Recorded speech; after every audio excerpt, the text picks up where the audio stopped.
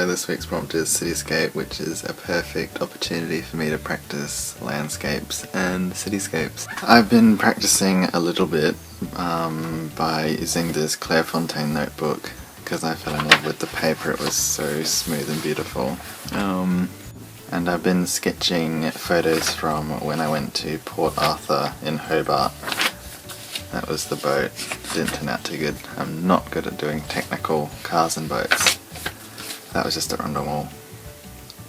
And it's been really fun just using a pen and sketching it, and I thought if I can do the same thing on watercolour paper with that really sketchy style, then I can throw pops of colour in there or colour the entire piece. I'm not sure yet, but yeah, so I'll try that out. Because I'm always looking for new styles of painting for when I'm out on holiday, because if I'm travelling I don't usually have that much supplies. I'm not usually in a comfortable seating area where I can set up everything. Sometimes I have to stand and sketch. So I need a quick sketchy style for when I'm on holiday. So let's get into it. So the reference photo I'm using for this painting is one of my own that I took while I was in Melbourne last year. We were lounging about I think it was Batman's Park on the outer edge of the CBD. There was a really lovely view of the harbour and the city skyline, so I took some photos hoping one day I would get around to painting them, and it looks like that day is here. So after taping the paper down, I made a little dot for the vanishing point, a few rough lines to show a horizon, and some intersecting ones for the measurements of the buildings. After that I cropped the image so it would match the size of the watercolour sheet, so I could have a better chance at drawing everything to scale and positioning it right just by measuring from the borders with my pencil.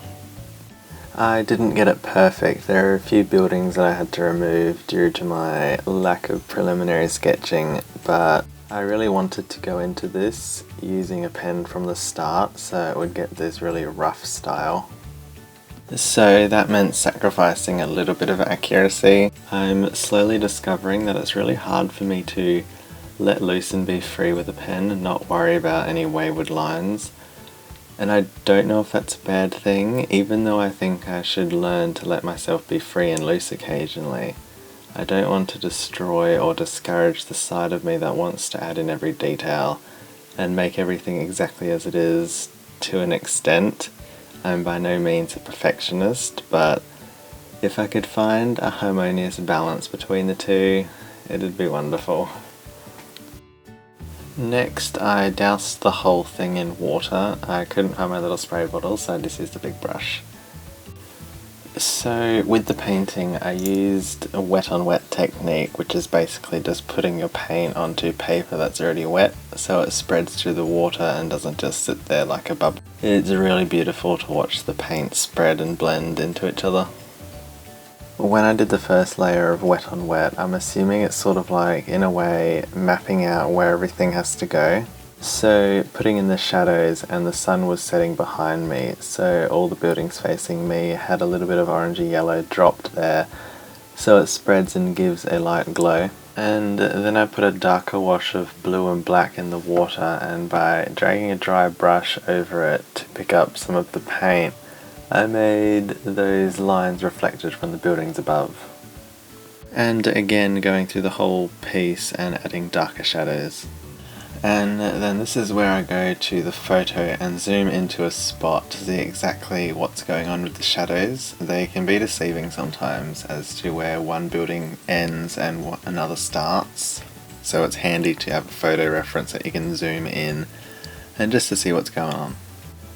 And it was here that I realised that if I got the scale and positioning of all the buildings right, it would have been so much fun, because even what I managed to do, it was really amazing being able to focus into a specific spot and add in those exact details as best I could. That's something I can definitely practice, like starting out with the pen and getting everything perfect so I can go into one spot and exactly what's there I can put into the painting. It's just so much fun when you get to that spot.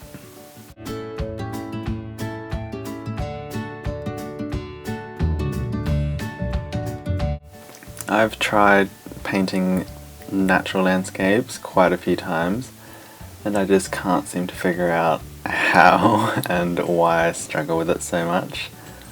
So when I started this painting and found out it was actually looking pretty good, I thought either I'm just not cut out for natural landscapes, or I've played around with painting city or landscapes enough that I'm finally getting the hang of it, and now I can't wait to go try some landscape photos I've taken to see how they go, because I love landscapes.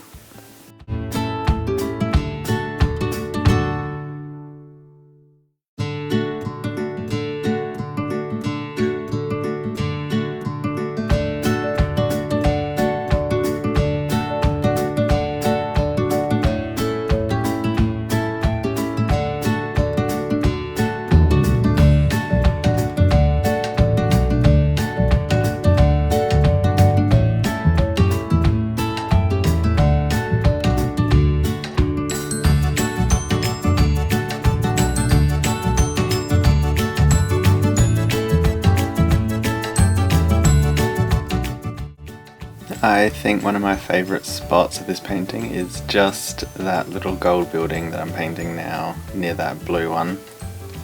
The shadow on that just looks really cool, and that's one of my favourite spots for some reason.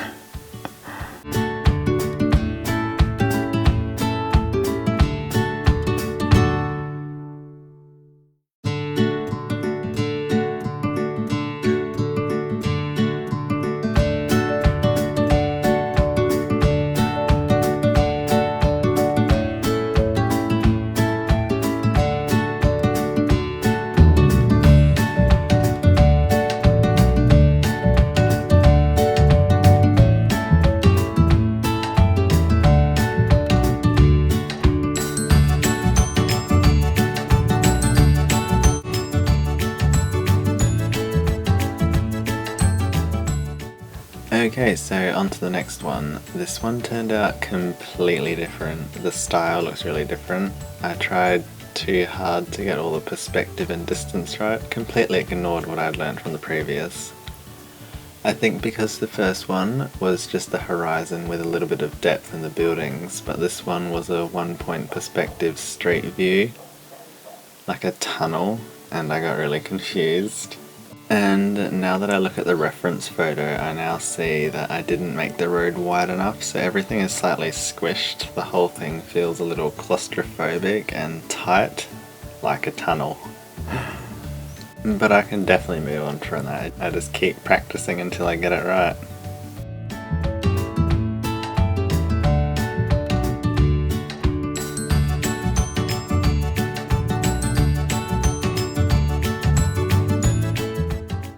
So right from the first wash, I don't think it looked very good. Maybe I added too much black, which dulled everything down. It went sort of greyish, and the original photo had a sort of glow from the sun behind the clouds, which made the tall and farthest buildings sort of fade around the edges. I tried to add that, but it didn't work at all.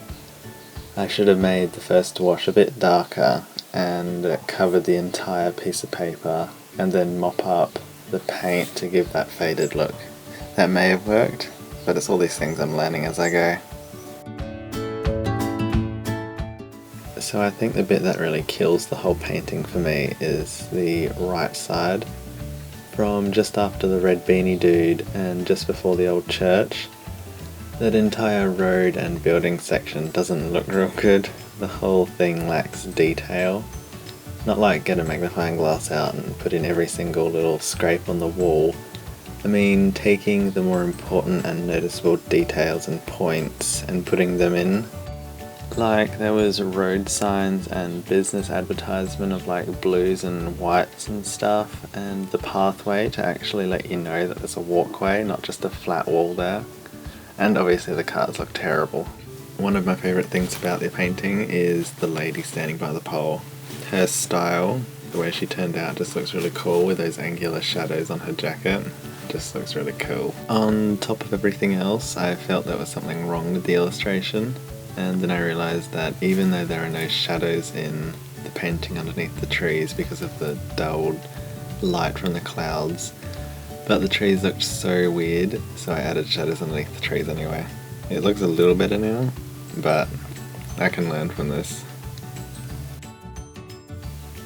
So thanks for watching, hope you have a bonza day and keep drawing.